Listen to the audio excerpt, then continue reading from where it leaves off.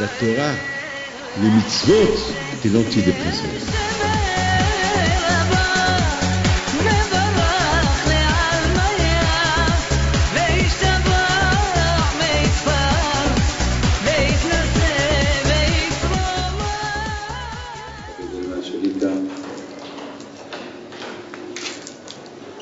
Je suis arrivé aujourd'hui directement de Rabbi David Moshe alav shalom. Je suis arrivé ce matin de Paris. Je suis parti pèleriner ce tzaddik. Baruch Hashem, ici au Maroc, nous avons beaucoup de chance. Beaucoup la chance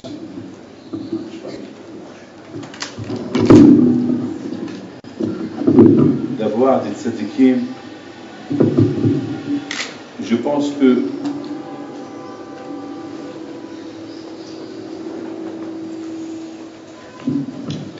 Kadosh Baruch Hu,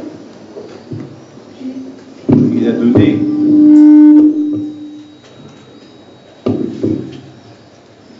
Kadosh Baruch Hu, il a donné, avant qu'il a donné la Torah, Kadosh Baruch Hu, il a fait tous les miracles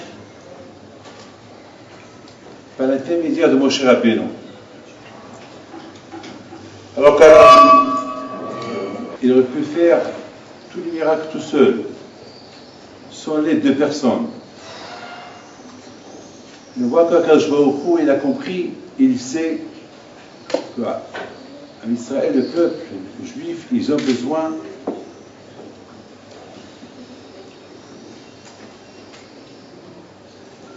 des tzadikim qui vont les connecter avec lui. C'est pas chacun, ce n'est pas tout le monde qui ont sous écoute de se connecter directement avec Akadosh Baruch Hu. C'est pas facile, c'est dur. Akadosh Baruch Hu, il a fait tous les miracles par Moshe Rabbeinu. Donc c'est écrit à la fin, Aminu Bashem Moshe Abdo. C'était très important pour Akadosh Baruch Hu, par exemple entre vous et moi aujourd'hui. S'il n'y a pas les tzadikim, de qui on va apprendre à servir Akadosh Baruch Hu? Dites-moi de qui? De qui? De qui? Les Havdil de Kodesh Gachol. Regardez les animaux. Les animaux, ils vont entraîner, ils vont apprendre à leur bébé comment faire la chasse.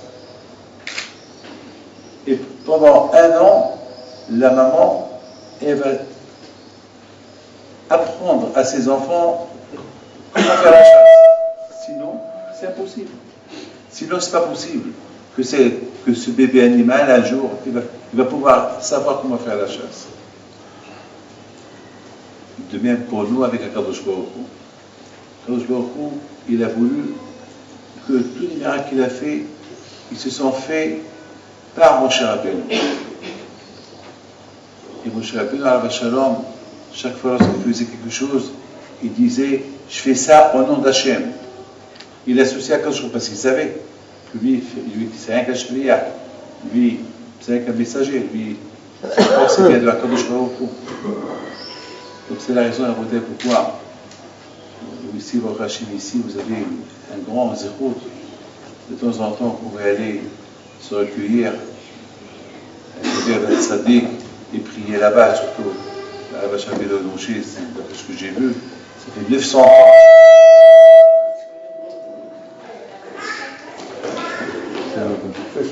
Ça fait 900 ans qu'il est enterré ici. Et 900 ans que les Juifs ils vont le pèleriner.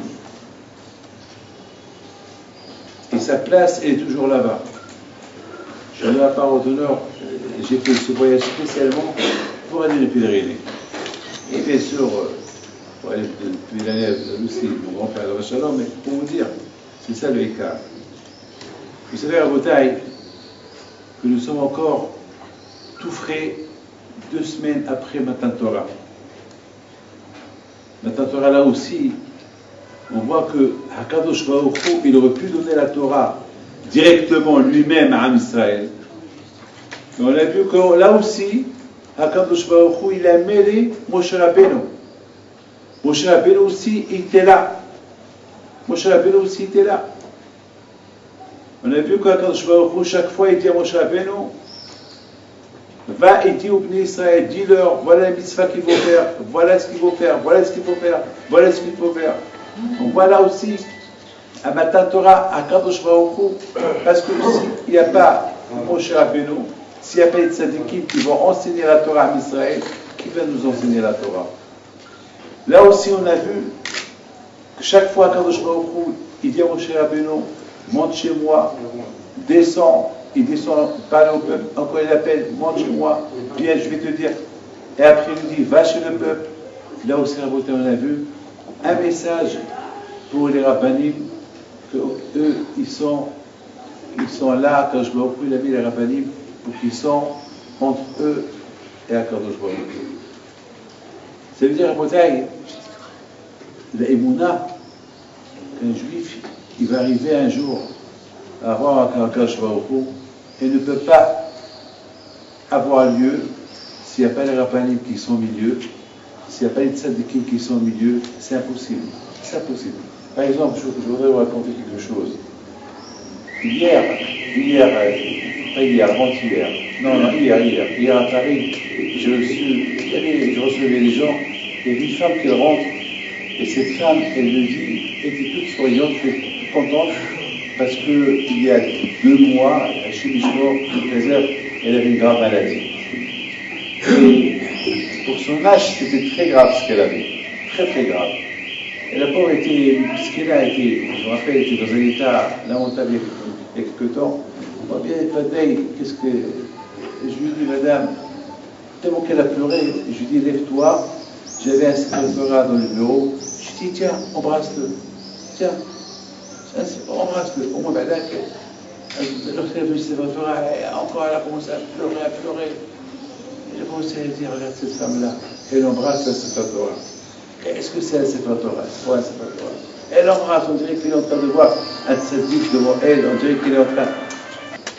J'ai vu cette émuna de cette femme debout devant un Sefer Torah en train de pleurer. Quelqu'un qui n'a pas vu son fils des années, il le voit, il pleure, par émotion. Quelqu'un qui n'a pas vu son père, il pleure par émotion. Et plutôt de voir un Sefer Torah. Et pleurer de voir un Sefer Torah. C'est quoi? C'est quoi un Sefer Torah? Justement la bouteille.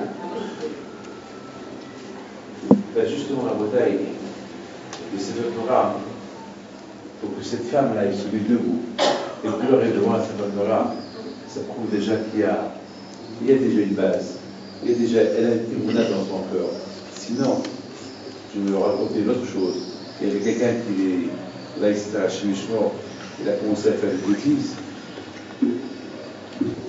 Il y a aussi Rabota ici, ce fameux monsieur-là, qu'à un moment donné, il est venu parce qu'il avait un problème. Et là aussi, j'ai vu sur son visage qu'il était froid. Froid. Ça veut dire qu'il n'y a pas d'émouna, il n'y a rien du tout. Je lui dis, embrasse ce Sefer Torah. Il ouvre le Echad et regarde le Sefer Torah. Difficilement s'il embrasse. Difficilement. Comme il n'y a rien. Il n'y a rien qui le relie avec le Sefer Torah. Il n'y a rien. Il n'y a rien qui le relie avec le Sefer Torah. Ils sont complètement aucun lien avec la Torah. Ils sont complètement froids. On peut même leur dire n'importe quoi. Ils vont me regarder avec pas d'émotion, rien du tout. Ouais, on dirait qu'il y a une fois un des élèves de Baal Shem Tov. Vous savez qu'en Ukraine, beaucoup de fois ça arrive qu'en hiver, la rivière devient gelée. ils deviennent gelés. Et puis voilà, les élèves de Hachem-Tov, ils traversaient la rivière à pied, parce que c'était gelé. Et ils ont vu des enfants qui étaient en train de graver sur la glace une Avoda Zara. Une Avoda Zara. Et les élèves de Hachem-Tov, ils voient ce qu'ils étaient en train de voir, et ils continuent. Et voilà, si je ne me trompe pas, c'était chez Hachem-Tov lui-même. Il leur dit, vous voyez, lorsque le cœur il est libre, lorsque le cœur il est froid, on peut graver dedans une Avoda Zara. Ça veut dire que lorsqu'un juif il est chaud, il respecte la Torah et les mitzvot avec Messirut Nefesh, avec sacrifice, alors n'importe quelle tentation qui peut venir à son encontre, il peut l'éviter. Mais chez quelqu'un qui n'a pas de contact avec la Torah, il restera toujours froid. Alors comment on peut avoir le contact avec la Torah? C'est lorsqu'on fait des efforts. Pour être riche, on fait des efforts. On ne peut pas être riche si on ne fait pas des efforts. Pour se marier, il faut faire des efforts pour bien chercher. N'importe quoi, il faut des efforts. C'est pour prendre un avion le matin, tôt à 4h du matin, comme par exemple ce matin, hier soir, je suis parti dormir à 1h30 du matin, et je devais quitter la maison à 4h du matin. C'est-à-dire que j'ai dormi 1h30, pas plus. Et c'est pas possible. Les 2-3 nuits, je n'ai pas dormi. Et j'ai fait un grand effort. Pourquoi? Parce qu'il fallait que je voyage. Il ne faut pas que je rate l'avion. Vous voyez, lorsqu'on fait l'effort, parce qu'il me semble que cette chose-là, que si je ne fais pas l'effort, je vais le rater. Donc, il n'y a que l'effort qui fait réussir la personne. Donc, le mitzvot, le respect du mitzvot, il faut un effort. Il faut un effort. Ce n'est pas parce qu'il n'y a pas la clim ici, alors je ne vais pas venir prier.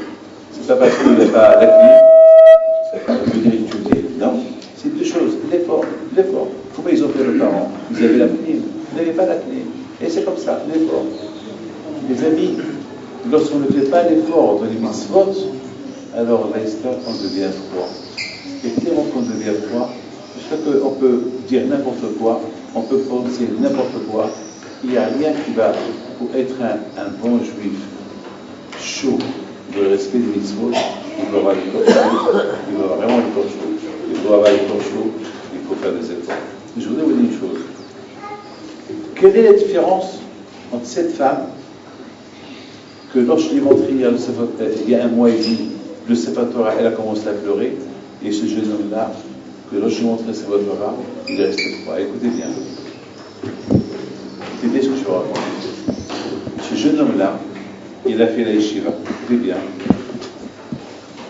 C'est moi qui l'ai envoyé à la yeshiva. Il s'est marié, c'est moi qui l'ai marié. J'étais à son mariage. J'ai dansé avec lui. Il est devenu Hazan dans une synagogue. Il enseignait la Torah. Écoutez bien. Il avait une très belle voix. Et voilà. Il y a quelque temps, on lui a proposé. C'est un monsieur qui il a un beau corps. Donc, ils lui ont proposé d'être mannequin. Mannequin. Alors, imaginez-vous, c'est un garçon. Il a fait la yeshiva.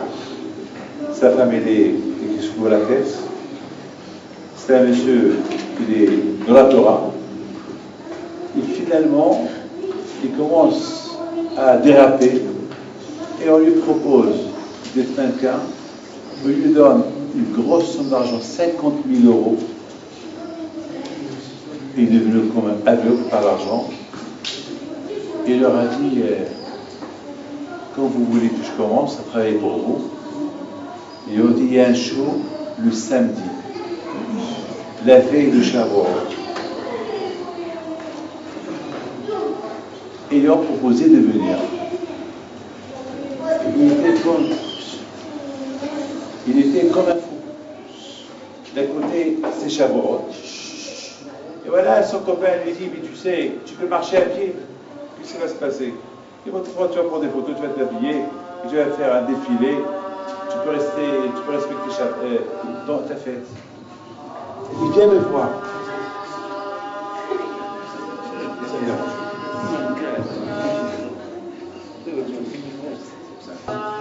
Je me dis, Rabbi David, qu'est-ce que je vais faire? Je réfléchis, je le regarde. Je lui dis, Avi, tu as fait la yeshiva. Avi, n'oublie pas que j'étais à ton mariage. Avi, n'oublie pas que tu as une fille et tu as un garçon. J'étais syndac ton fils et j'étais même ton syndac à toi. Et maintenant, tu viens me demander que le Shabbat, il y a un défilé de mode et qu'on t'a proposé 50 000 € et tu vas défiler. Comment je peux te dire oui? Il dit, je sais, mais je sais pas, j'ai perdu l'émouna, je sais pas. Alors c'est là que je lui ai dit, lève-toi et embrasse le Sefer Torah. Bémet, je l'ai vu se lever, il va vers la maison, vers le Sefer Torah, il regarde, il était blanc, il n'y avait rien, pas de mouvement, pas d'excitation, pas d'émotion. Oui, un qui regarde, il me regarde, non, rien n'a été. Je dis, mon fils, tu es beaucoup tombé. C'est très grave. Là, je sais, je ne crois pas, mais c'est ce que je suis en train de voir. Mes amis, bien sûr, la raison pourquoi ce monsieur est tombé, c'est parce qu'il n'a pas fait d'effort. Pour être un juif qui respecte Torah mitzvot, il faut des efforts, des efforts, des efforts. Il faut savoir se lever le matin pour aller mettre tefillin. Il faut savoir beaucoup de choses. Et grâce à Dieu, Akash Baruch nous a donné de tzadikim, de qui on peut apprendre. Moi, je voudrais la parole d'honneur. Alors, ce matin, j'étais devant le tombeau de Rabbi David Moshe alav shalom. À quoi je pensais? Je pensais à une seule chose. Ça fait 900 ans que les gens viennent le pèleriner. C'est qu'il devait être un grand tzaddik. Sinon, il aurait déjà été oublié. Et nous aussi, on fait des efforts pour aller le pèleriner. Alors, lorsqu'on vient, après un pèlerinage, avec presque toute une nuit qu'on n'a pas dormi, et toute une journée de voyage, après un grand pèlerinage, qu'est-ce qu'on sent? Ah, on a fait un effort. Alors, Hachem, il te dit, tu as fait un effort, super. Alors continue, il faut continuer. Mes amis, cette femme qu'elle est venue il y a 1 mois et demi, et qu'elle a pleuré devant un Sefer Torah, ben hier, elle est venue me voir, toute souriante. Elle m'a dit, hier, Rabbi David, les médecins ne comprennent rien du tout. Elle m'a apporté des dossiers, des radios qu'elle a fait. Ils ne comprennent rien du tout. Elle n'a plus rien. Alors qu'on lui a donné quelques mois à vivre, elle n'a plus rien. Alors je commence à me poser la question, comment? Elle n'a plus rien. Elle avait, elle n'a plus rien.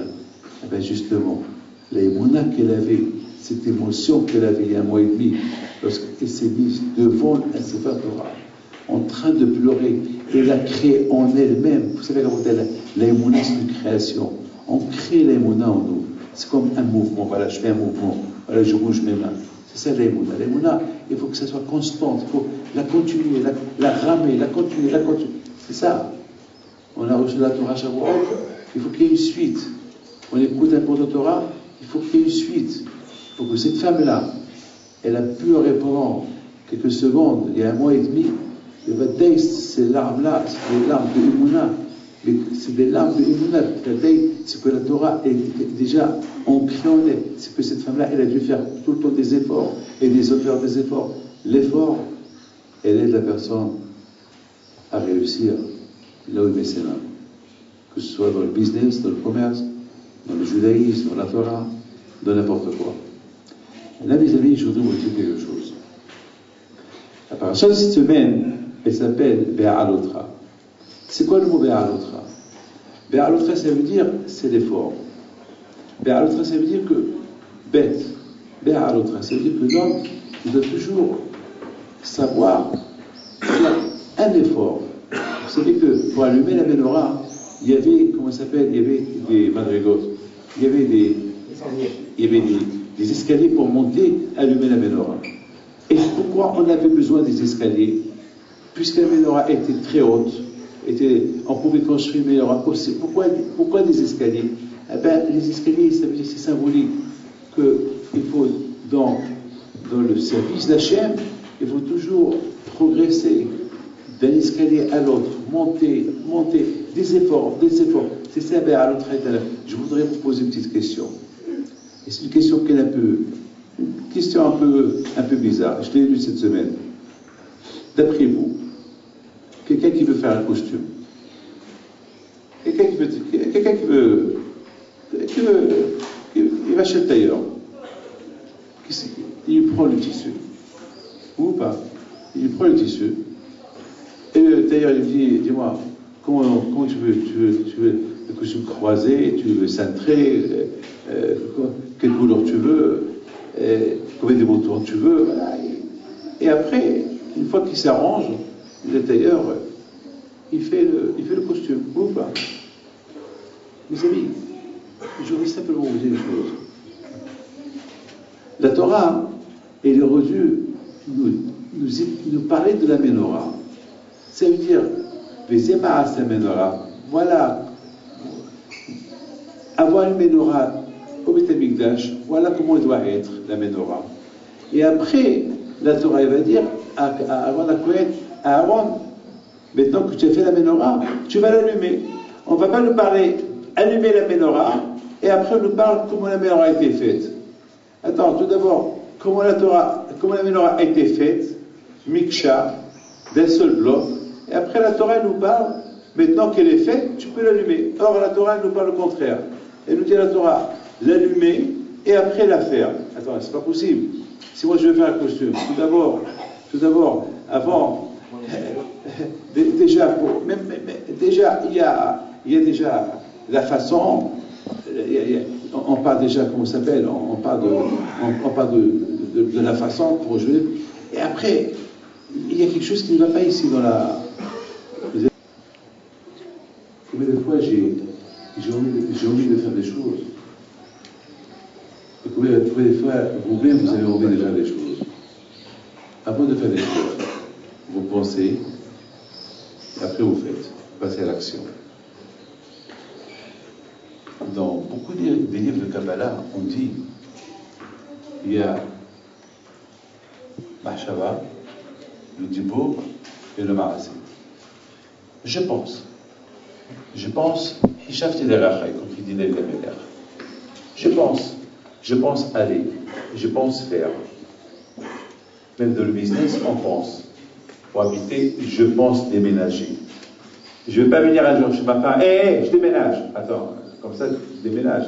Tu fous quoi. Attends, on pense, je pense déménager. Un homme qui veut réussir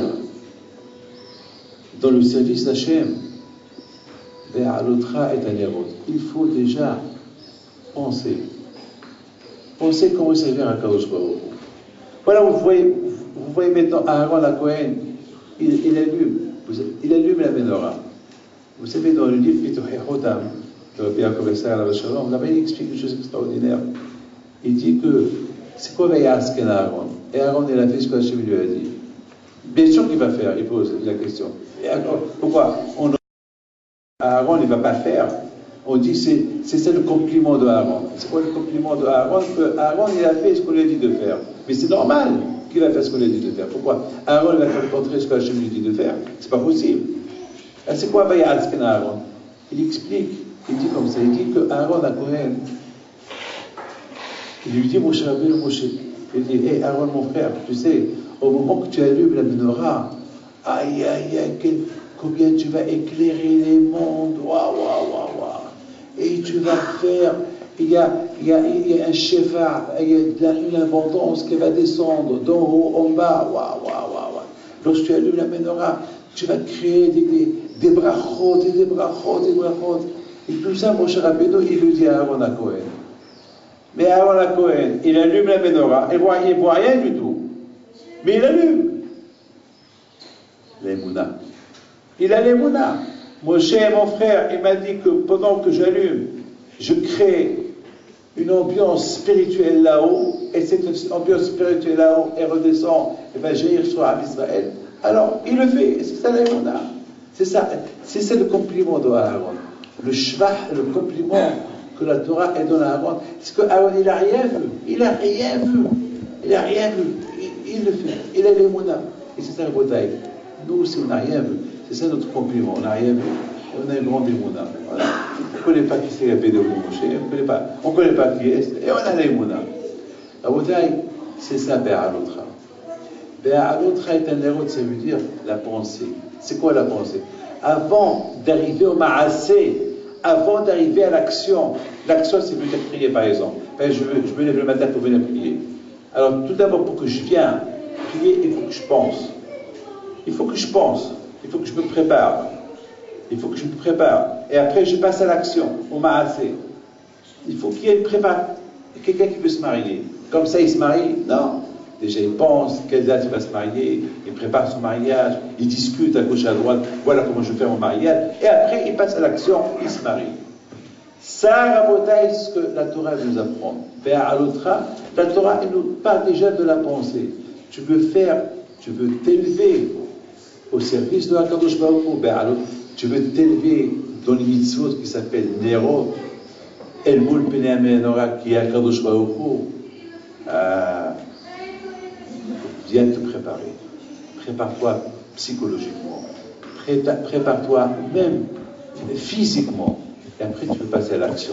C'est la raison pourquoi la Torah, elle parle de la mahshava, Be'alutra, et après, la Torah, elle parle de la asiya, passer à l'action.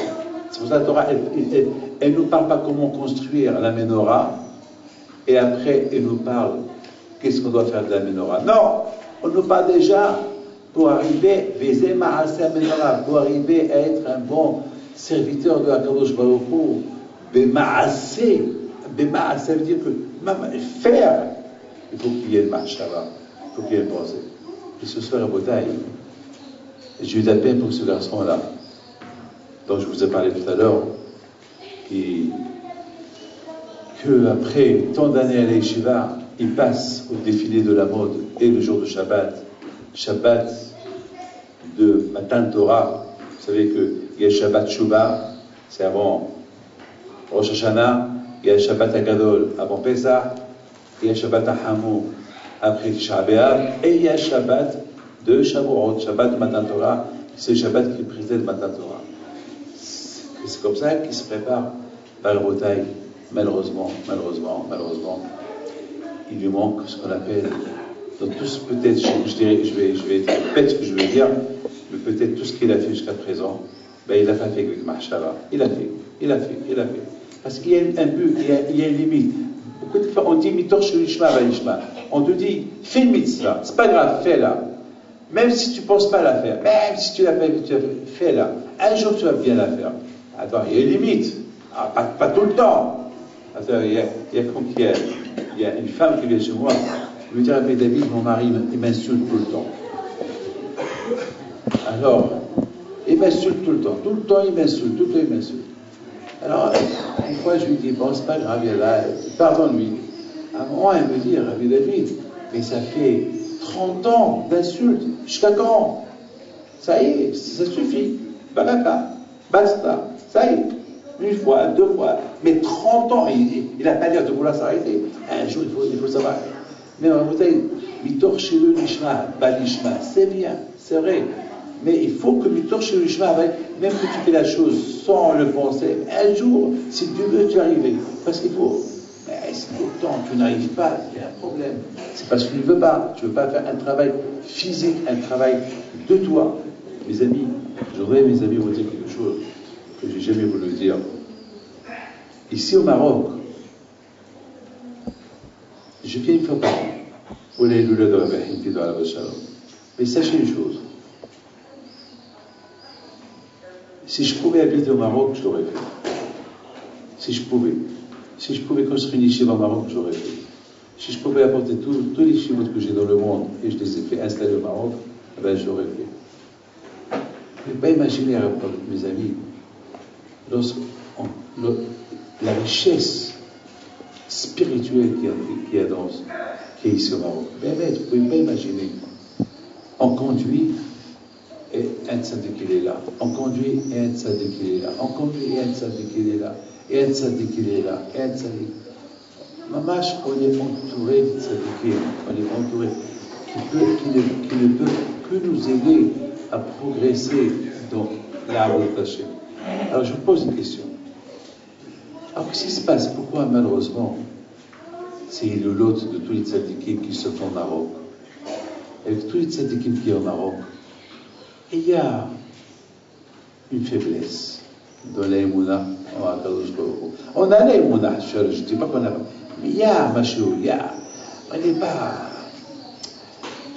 c'est pas tout le monde qui va venir étudier. Parce que c'est quoi un tzaddik? C'est quoi un tzaddik? Un tzaddik, on apprend de lui, Missirot Nefesh, comment il a servi à Kadosh Baruch Hu. C'est ça ce qu'on apprend d'un tzaddik, comment il a servi à Kadosh Baruch Hu. J'apprends de quand je suis faible, je pense à eux et ça me renforce. Ça me renforce. Ça me renforce. Ça me renforce. Vous croyez que parce qu'on a 62 ans, on n'a pas des Sahara? C'est faux. Oh là là, le Sahara, on a un grand Sahara.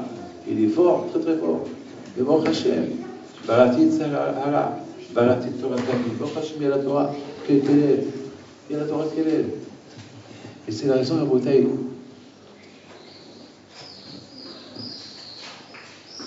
L'envie, elle est là. Mais arriver à l'action, c'est impossible. Mais l'envie, elle est là. Ici, bébé, ici, j'aurais pu progresser beaucoup dans la Émona, dans la route de Hachem, rien qu'en allant vers les tzadikim. Ben, mais c'est inimaginable. Il faut bien savoir la sensation. Alors, qu'est-ce qui se passe? Pourquoi on est un peu froid? Oui, on a les Mouna, on fait la Iloula, on va passer Shabbat. Peut-être ça devient une habitude. Hein? Peut-être la Iloula devient une habitude. Et oui, j'ai l'habitude d'aller chaque année à Bédot Mao. J'ai l'habitude d'aller chaque année à Wazan. J'ai l'habitude d'aller chaque année à Télété Tzadik. C'est l'habitude. Mais le tzaddik, il ne veut pas qu'on va le pèleriner par habitude. Le tzaddik, il veut qu'on apprenne de lui. Le tzaddik, il veut qu'on apprenne de lui. Bien sûr, il est content de ta présence. Peut-être, il a toujours espoir. C'est vrai que tu es venu par habitude, mais peut-être il y a l'espoir.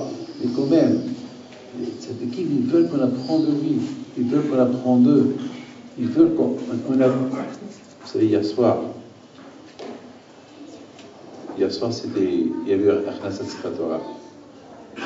Et hier soir, je me suis posé une question. Pourquoi on l'appelle Achnasat Sefer Torah?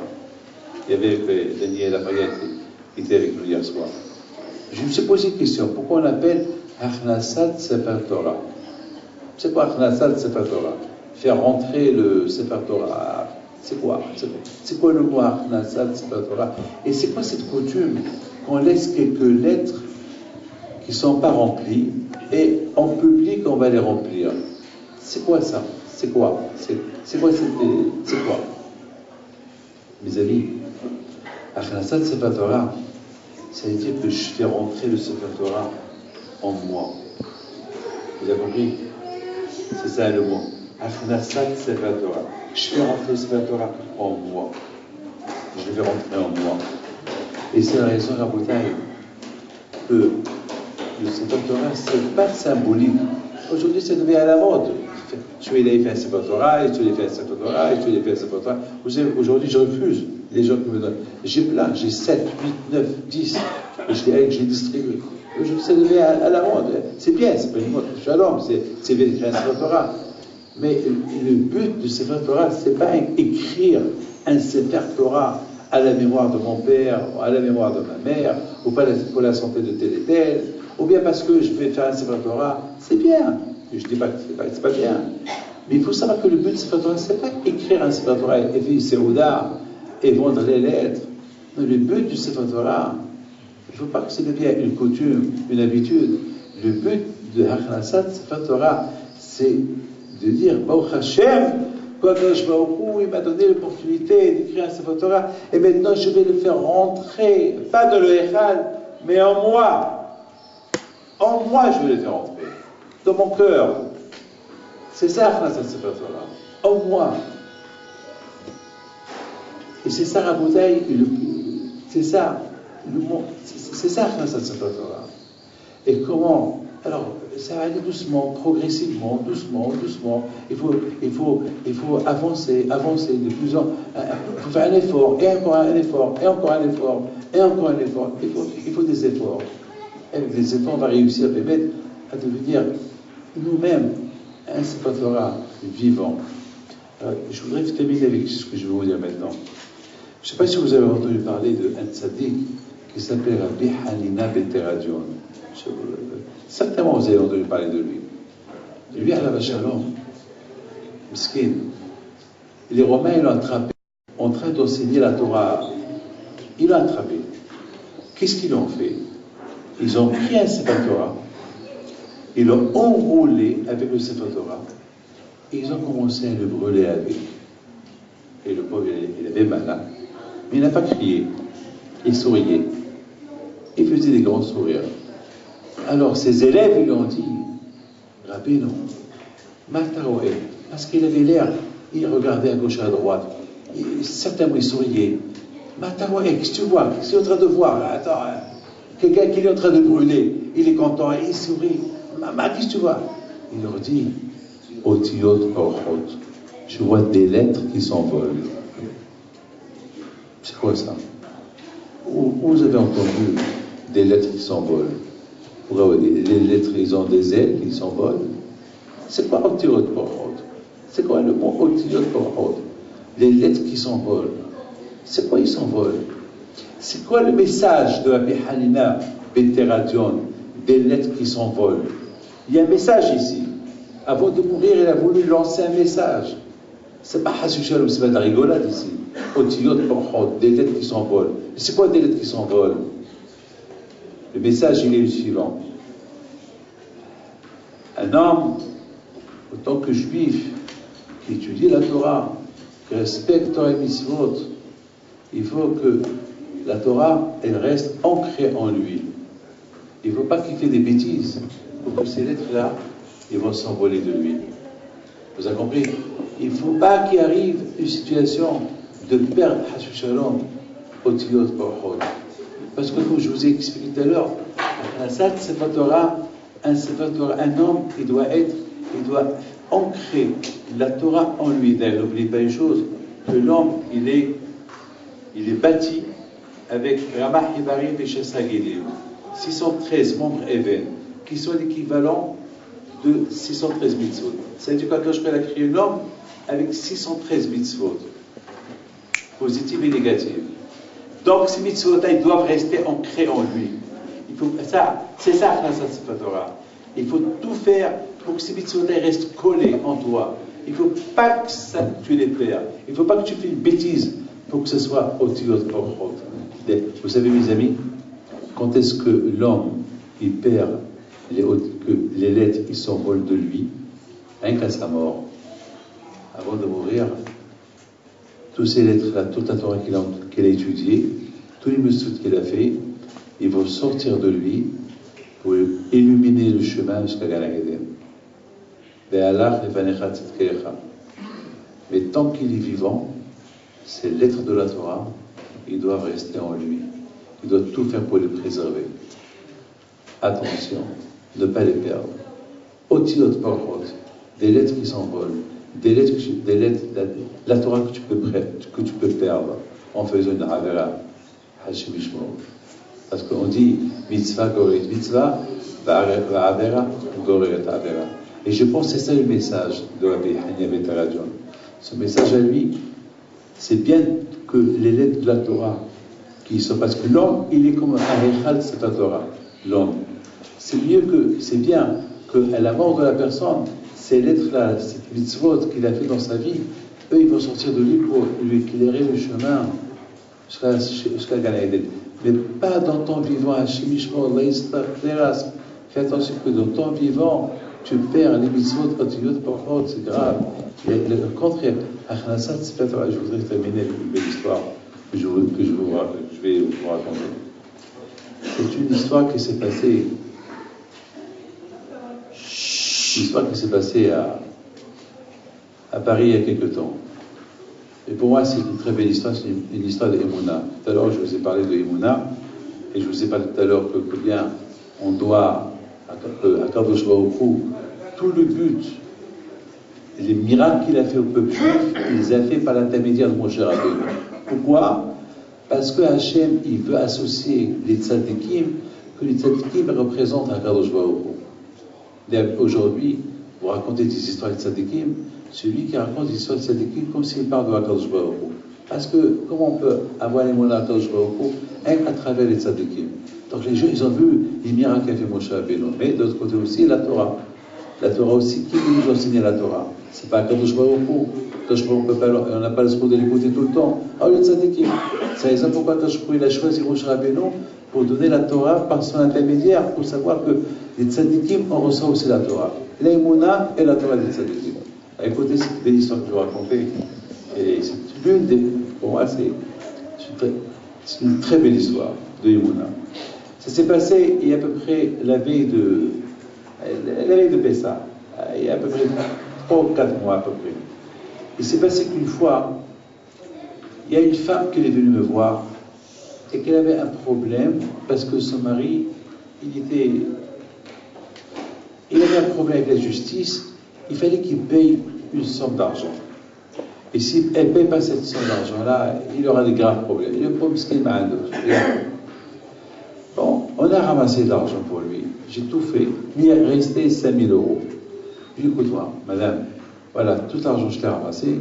Maintenant, pour 5 000 euros, c'est rien du tout. C'est même pas, c'est 5 pour 5 000 euros de balance. Occupe-toi, moi je peux pas. C'est toi aussi, tu es, va chez ta famille. Et voilà un lundi, elle vient me voir.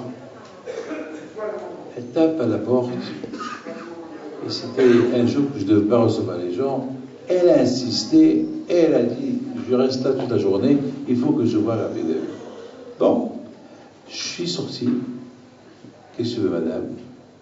Elle me dit, Rabbi David, j'ai besoin de ton aide, parce que j'ai vu que personne ne veut me donner ces 5 000 là. Il y a que vous. Vous avez donné. Vous savez comment ça m'habite, c'est le côté. Je dis, pourquoi, madame, pourquoi moi? Ça y est, j'ai tout fait.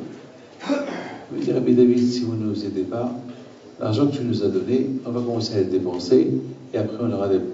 Alors puis j'ai eu peur, j'ai dit, c'est mieux de donner maintenant, avant qu'elle mange tout, après, et encore, encore, et il faut la ramasser encore cette grosse somme d'argent. Finalement, elle est partie, j'ai donné l'ordre au secrétaire de lui donner 5 000 euros. Et je reste tout seul au bureau, et je réfléchis. Et je vois, je lève les yeux vers Akadosh Baruch Hu. Et je dis à Akadosh Baruch Hu, il y a des choses que nous on fait, et il y a des choses que c'est à toi de les faire. Cette femme-là, son mari a fait une bêtise. Et pourquoi moi je dois payer? C'est à toi, elle a fait une bêtise, c'est à toi. Pourquoi tu ne l'aides pas pour lui? Maintenant, j'ai aidé, j'ai fait ça, maintenant, même ces 5 000 euros que j'ai donnés maintenant, c'était prévu que je les donne à 2 autres personnes. Maintenant, il me manque. Je dis, Hachem, je te demande de me les rendre. Et je te donne 1 heure. Je veux, dans 1 heure, tu me les rends. Mais je ne veux pas perdre la mitzvah.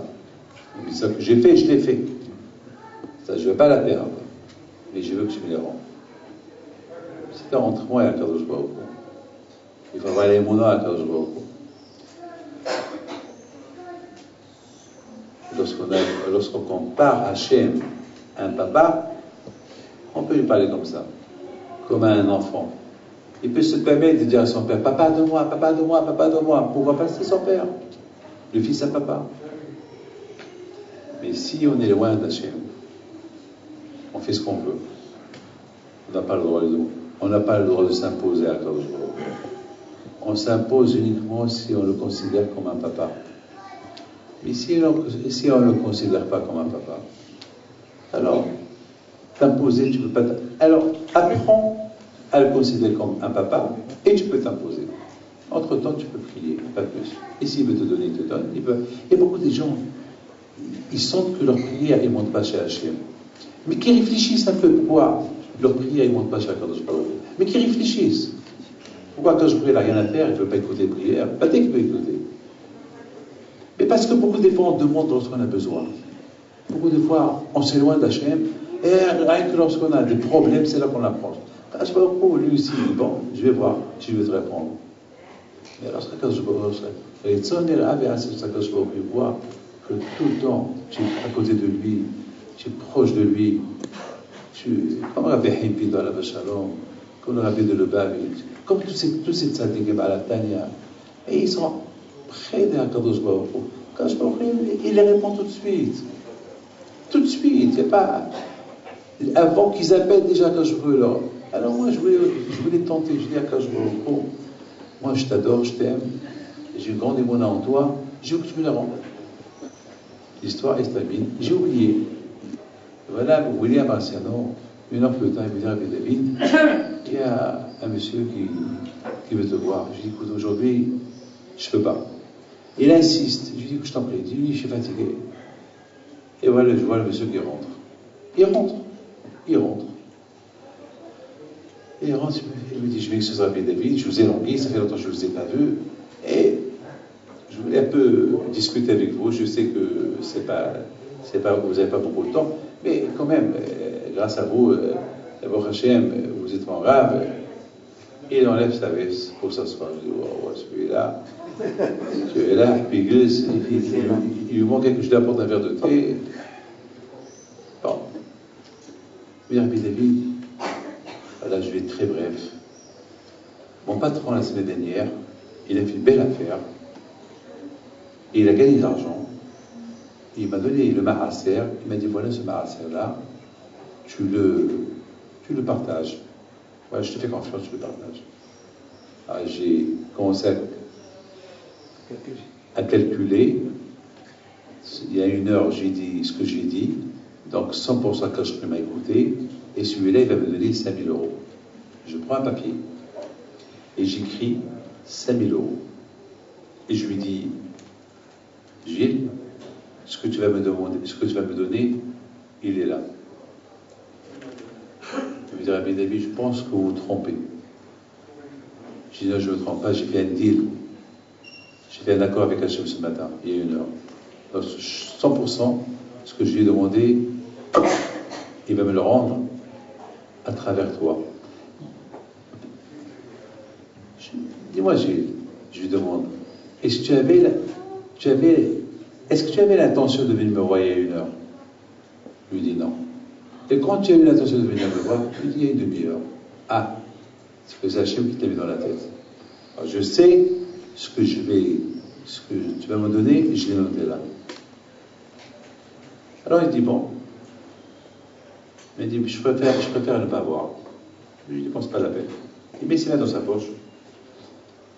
Il me dit voilà, c'est 1 000 euros. Ah, prends le papier.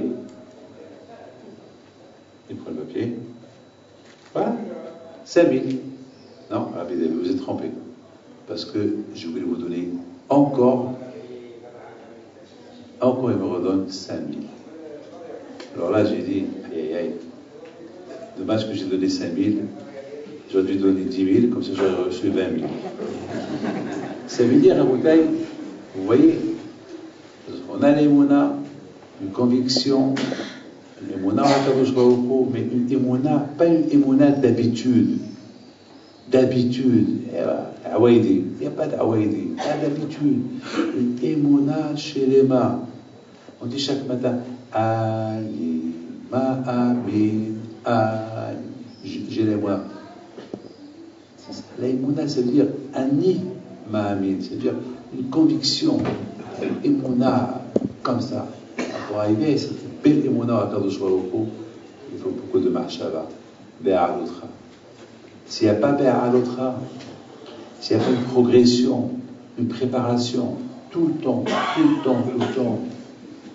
Et après, on passe à l'acte, au ma'asé. Alors, on ne peut pas passer au ma'asé. Si la Torah, elle nous aurait parlé de faire la menorah miksha, ça veut dire, Hachem, il veut qu'on passe directement à l'action, faire la mitzvah. Mais impossible. Pour passer à la mitzvah, il faut réfléchir, il faut la préparer, il faut se préparer. D'ailleurs, même Hachamim, ils disent que Hasidim Rishonim, les premiers Hasidim, ils se préparaient 1 heure avant la prière. 1 heure avant la prière, ils se préparaient. 1 heure. Et 1 heure qu'ils vont prier, et 1 heure après, ils vont réfléchir ils ont bien prié ou pas. C'est facile de faire Maaseh. Les amis, ce tailleur-là qui vous fait le costume, il fabrique le costume, il réfléchit comment il va le faire. Il réfléchit où il va mettre les boutons et combien de poches il va mettre. Et après, il passe à l'action. Et c'est ça la bataille. Si on veut réussir, quand on réfléchit dans le business, une fois j'ai vu quelqu'un, je m'excuse. Une fois, il y a le 6 mai, à Paris, c'était les élections en France. Et j'ai vu quelqu'un qui était le lendemain, il avait l'air fatigué, il avait une tête qu'il n'a pas dormi toute la nuit. Et je lui ai dit, hey, Saoud, t'as pas dormi hier soir? Mais Rabbi David, j'ai pas dormi. Qu'est-ce que tu as fait? Ben, j'ai suivi les élections jusqu'à 3 heures du matin. Je lui ai dit, mais Saoud, hier à 6 heures, déjà, on savait qui a gagné. Alors ça y est, tu sais qui a gagné. Alors, de 6 heures jusqu'à 3 heures du matin, 9 heures, 9 heures, en train de voir la télévision. Rabbi David, mais c'est des commentaires, celui-là il dit ça, celui-là dit ça, celui-là dit ça. Je dis, mais tu t'en fous. Mais qu'est-ce que ça te rapporte? Qu'est-ce qu'il a dit celui-là? Qu'est-ce qu'il a dit celui-là? Le plus important, c'est que il y a un président, il y a François Hollande, il a gagné, ça y est, il a gagné. Qu'est-ce que tu es en train de chercher? Qu'est-ce que tu es en train de savoir qui est? Je dis, tu sais mon fils, après 120 ans, il va se passer quelque chose. Après 120 ans, c'est pas maintenant, je te souhaite jusqu'à 120 ans. Il va te poser une question. Hey, M. Rod, le 6 mai 2012, qu'est-ce que tu as fait? Ben, tu vas lui dire, ben, j'ai suivi les élections. De quelle heure à quelle heure? Tu vas lui dire de 6 heures à 3 heures du matin. Il va te dire, mais attends, pourquoi tu l'as fait? Mais tu savais déjà que François Hollande a gagné. Pourquoi rester 9 heures pour écouter? Ben, qu'est-ce que tu vas lui répondre? La même réponse que tu m'as donnée. Tu vas lui dire, parce que j'étais curieux de savoir qu'est-ce qu'il a dit celui-là, et les commentaires, et qu'est-ce qu'il a dit celui-là, qu'est-ce qu'il a dit celui-là. Alors que je vais te dire, pour des choses qui ne t'en rapportent rien du tout, tu as écouté, qu'est-ce qu'il a dit celui-là, qu'est-ce qu'il a dit. Et la Torah, la Gemara, qu'est-ce qu'il a dit à Belhazar, qu'est-ce qu'il a dit à Rabba, qu'est-ce qu'il a dit à Baye, qu'est-ce qu'il a dit à Bishimon, qu'est-ce qu'il a dit à Biosef.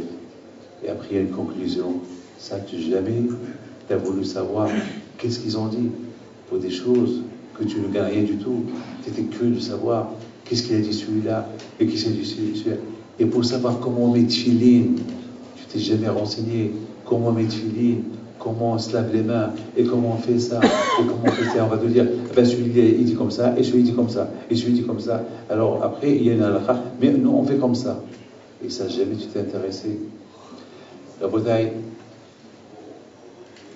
Le drame, il est la cabeza, la tête. On ne réfléchit pas. Il n'y a pas cette béa à l'autre. Réflexion. Réfléchir. On croit qu'on connaît tout. Ah, parce que je vais pèleriner de Tzadikim, je crois que je connais tout. C'est pas ça. Au contraire. Mais tant que tu pèlerines de Tzadikim et tu as une grande émouna, il faut apprendre un peu d'eux. Apprendre un peu ce qu'ils étaient. À Botaï, je voudrais simplement dire combien le voir ici, entre vous et moi, qui s'est fait au Maroc?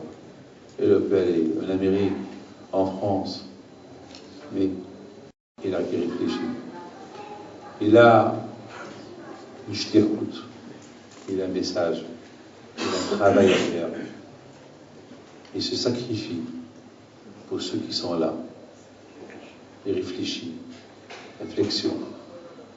Sinon, je crois que c'est facile.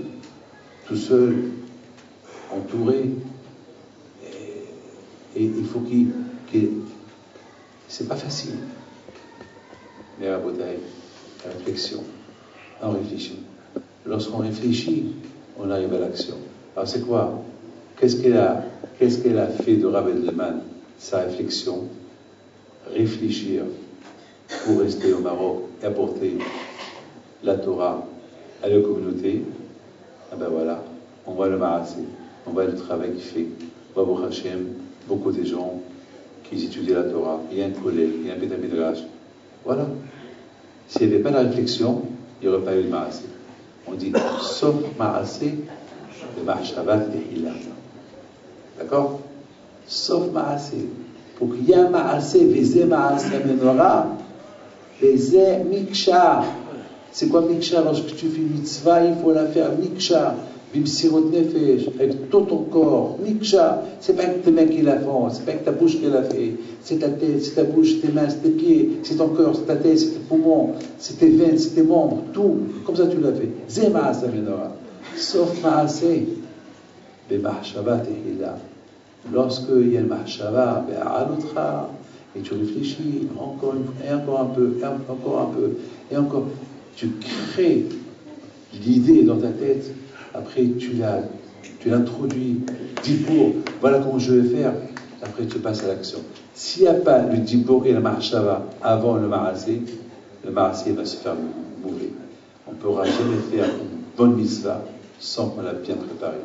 Alors mes amis, Bisrout Rabbein Pinto, que Hachem nous protège, que Hachem nous donne la santé, Bracha Vetzlacha, Parnassa Tova Keneratson, une longue vie Keneratson, et que Hachem Yipatel Me'alechem, que les autres choses de la haute, qu'ils ont Alechem Zorotovot.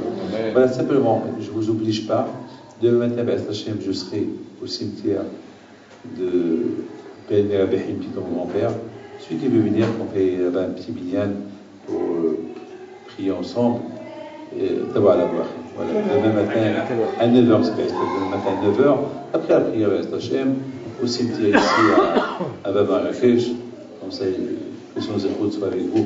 Encore une fois, la Bédéman, que Hachem vous donne à Yerushalayim Bishali.